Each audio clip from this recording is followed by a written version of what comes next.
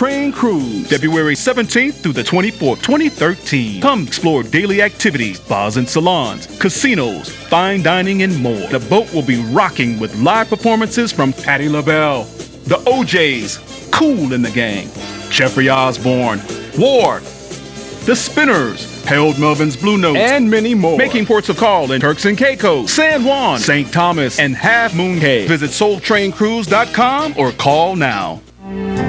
A room is still a room, even when there's nothing. As he joins us to do one of the most devastating cuts from that album entitled A House Is Not a Home, welcome, please, gang, Mr. Luther Vandross.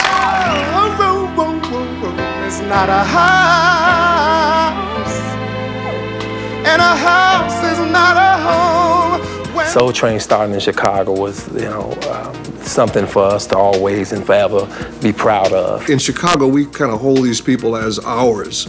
I mean, even though Oprah wasn't born here and Michael Jordan wasn't born here, they're ours. And Don Cornelius was ours. When Don Cornelius and Soul Train went to LA, I felt like Chicago went to LA spiritually right along with them.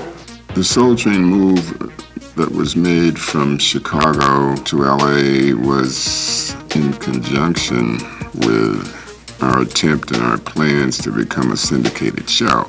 He was a big OJ fan, man. After he moved to California, he would literally stalk us.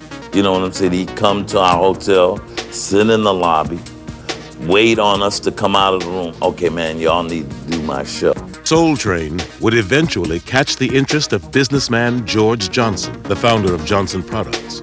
George saw the opportunity of the exposure that Soul Train could offer his products. So Johnson decided to sponsor Soul Train and its move to LA for a better production. I think at one point, George Johnson was doing like $7 million a year in sales, Afro Sheen and all these different products.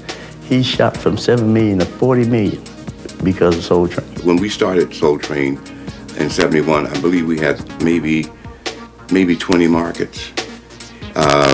By '78, '79, it was in over 150 markets. Once we had our sponsor backing, the caliber of the overall production needed to change. Whether it was in LA or Chicago, Soul Train always had soul, and you could count on that every Saturday morning.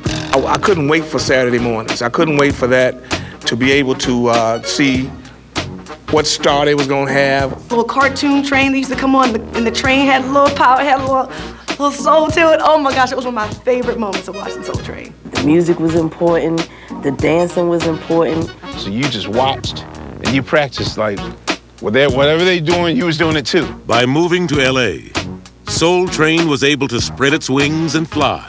The artist community was moving there, or they just didn't mind going there.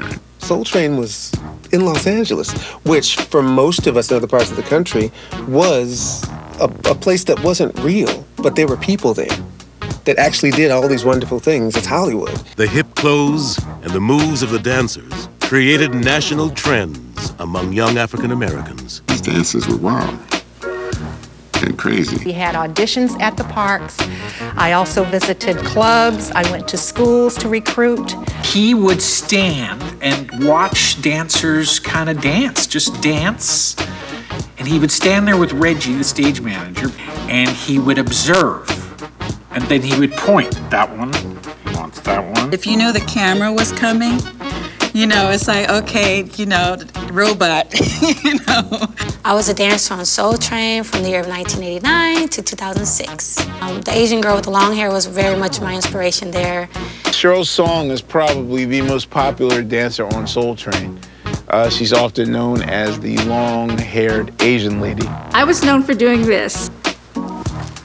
That was my signature move. There were fashion designers, young fashion designers who got ideas for things they saw on Soul Train. Some of the kids were into vintage clothes. You go to the thrift shop and pick out a great dress and pair it with some cool shoes or whatever. And it was self-expression. I was home cutting up clothes after each week of Soul Train, trying to come up with something new that led me to being a fashion stylist. Coming up next, saying farewell to the conductor of the Soul Train.